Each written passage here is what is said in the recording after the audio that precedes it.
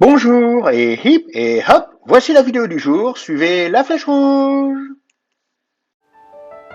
Le seul, le vrai, l'unique conseil pour augmenter sa foi.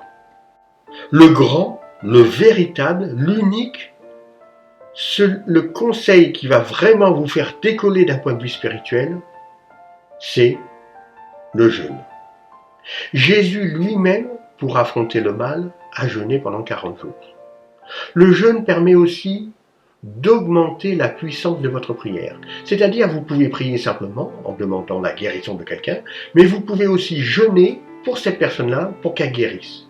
Alors, il ne faut pas oublier de donner votre jeûne, parce que souvent, il y en a qui jeûnent et qui ne donnent pas leur jeûne. Alors, il faut le donner, votre jeûne. Il suffit de dire, par exemple à Marie, je te donne ce jeûne, ou je te donne tous les jeûnes que je n'étais pas donnés jusqu'à présent.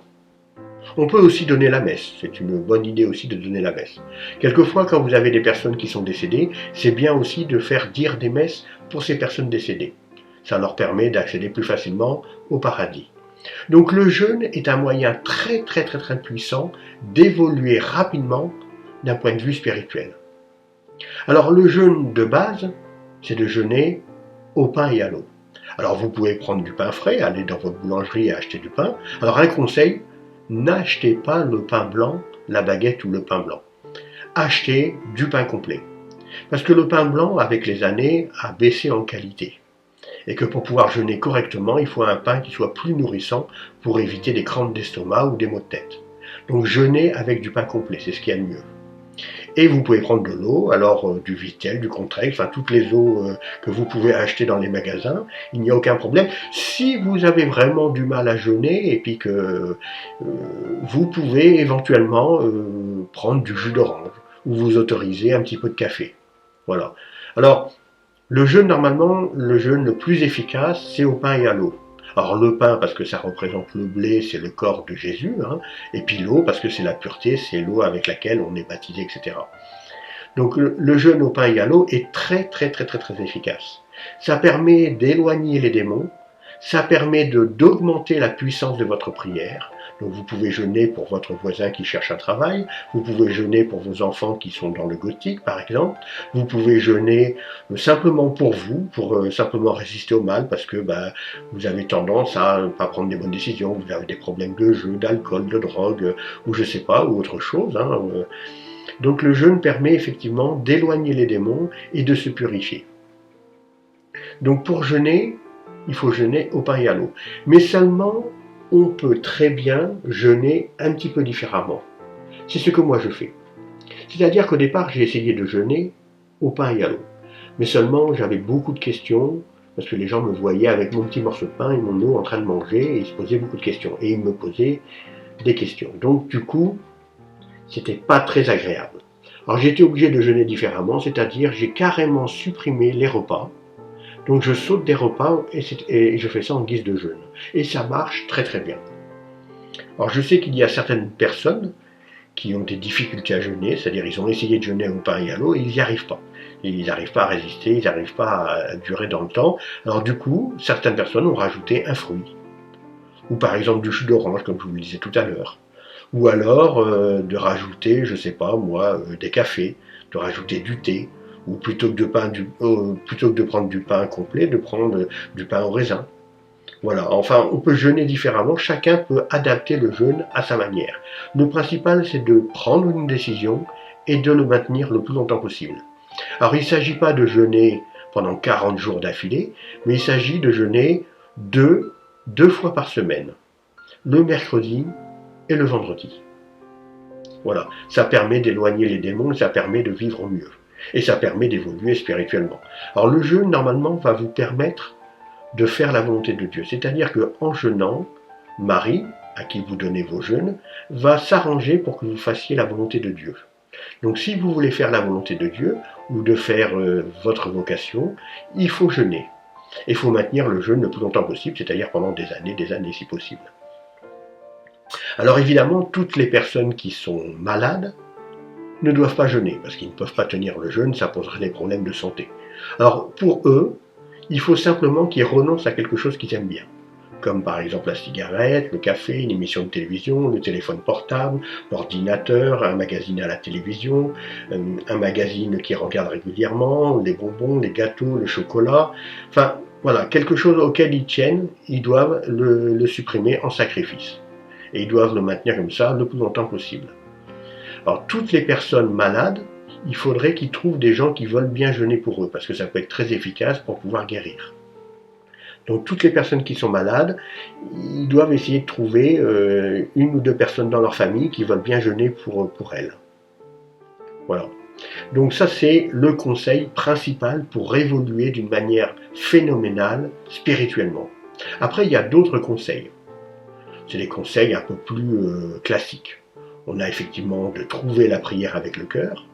C'est-à-dire la prière avec le cœur, c'est-à-dire que quand on fait une prière, on a tendance à dire Marie, prie pour telle personne. Marie, donne du travail à telle personne. On a tendance à dire à Marie ce qu'il faut faire. En réalité, prier avec le cœur, ça va être plus dans une discussion. C'est-à-dire, il faut parler à Marie comme on parlerait à une personne normale. Donc, c'est parler à Marie comme si, par exemple, vous ne l'aviez pas vue depuis 30 ans et que c'était une bonne copine.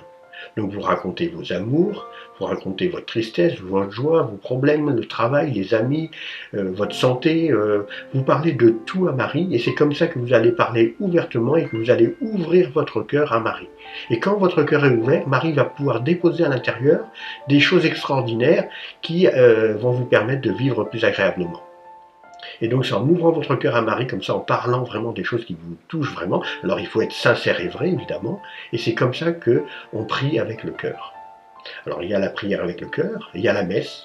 Alors oui, les messes sont un peu tristes, oui, il n'y a pas grand monde, oui, on s'ennuie un petit peu, mais si on vit bien la messe, c'est-à-dire en chantant, en suivant bien les paroles du prêtre, en essayant d'écouter ce que le prêtre y dit, en essayant de bien parler à Jésus pendant 10 minutes au moment de la communion, en participant à la messe et non pas en regardant ça comme un spectacle, la messe peut être très très fort. Et d'ailleurs, Marie à Medjugorje, qui est un lieu d'apparition en Bosnie, nous dit que la messe est la plus grande prière que l'on peut faire.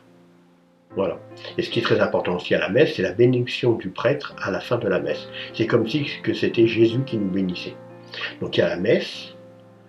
Alors, il y a le jeûne, la prière avec le cœur, la messe, il y a la confession, c'est très important, parce que pour avoir des prières efficaces, il faut se confesser d'une manière régulière, donc une fois par mois. Alors si vous ne pouvez pas vous confesser à un prêtre, essayez la confession spirituelle, donc vous trouverez des informations sur internet en cherchant un petit peu. Et donc la confession permet de vous purifier, et comme ça votre prière sera plus pure, et en étant plus pure, elle sera beaucoup plus efficace. Il y a aussi la lecture de la Bible. Alors oui, c'est un grand texte, hein, il y a beaucoup à lire, mais vous pouvez simplement lire un paragraphe par un paragraphe ou une page simplement. Enfin, faites l'effort au moins d'essayer de lire la Bible. Donc il y a la prière avec le cœur, la messe, le jeûne, la confession, les sacrifices qui sont aussi très efficaces. Alors ça paraît très ancien, on ne fait plus de sacrifices maintenant, mais pourtant c'est très efficace. C'est-à-dire que vous faites quelque chose que vous ne voulez pas faire, ou vous vous imposez de ne pas manger une pomme, vous avez envie d'une pomme, ben vous dites non, je ne mangerai pas cette pomme en sacrifice pour Marie. Donc les sacrifices fonctionnent très bien. Ça permet souvent de retrouver la prière avec le cœur. Et du coup, en faisant des sacrifices, ça augmente la puissance de votre prière. Autre chose aussi qui fonctionne très bien, là c'est plus une petite astuce, c'est de chanter vos prières. Ça fonctionne très bien parce que ça ouvre votre cœur et vous priez d'une manière joyeuse, avec un cœur ouvert, et votre prière évidemment est beaucoup plus efficace. C'est très bien notamment pour les personnes qui dépriment un petit peu. Ça permet avec le chant d'être un peu plus joyeux et en plus d'ouvrir votre cœur, etc. Donc pour les déprimés, c'est très très bien. Voilà pour les conseils. Voici ce que je vous propose. Tout d'abord, je vous présente mon livre avec tous les messages de Medjugorje. Il est sur Amazon, faites une recherche en utilisant le titre.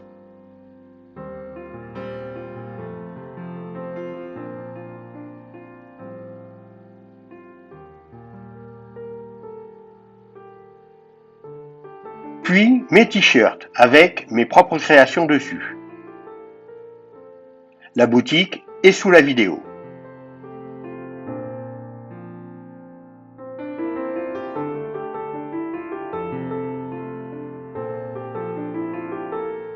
Et enfin, mes croix et mes chapelets avec des pierres de Medjugorje en vente sur mon site www.croixacier.fr.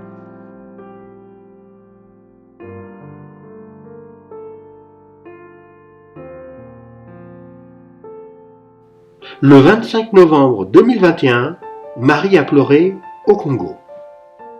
Au Congo, à Butembo, le matin du 25 novembre 2021, après la messe, la statue de Marie a pleuré. La veille, des personnes voulaient détruire la statue de Marie.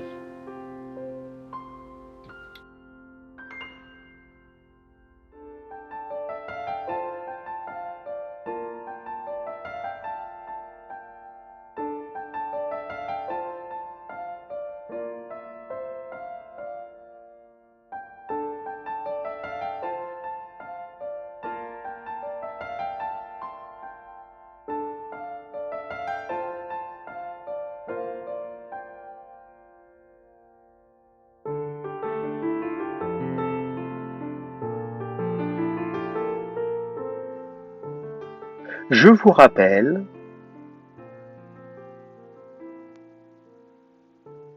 que j'ai très peu de moyens et que vous pouvez m'aider en me faisant un don. Vous trouverez toutes les infos dans la description sous la vidéo.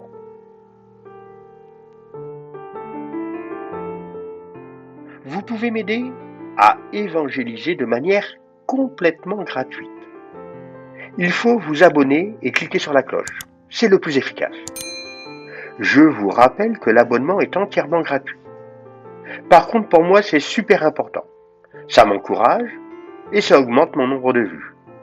Ça augmente aussi mes gains grâce aux publicités et j'évangélise plus de monde. Donc, n'hésitez pas, abonnez-vous. Cette vidéo est géniale, super, formidable. Oui, enfin, elle est pas mal. Alors, si vous avez trouvé que cette vidéo est bien, abonnez-vous en cliquant sur le petit en rouge.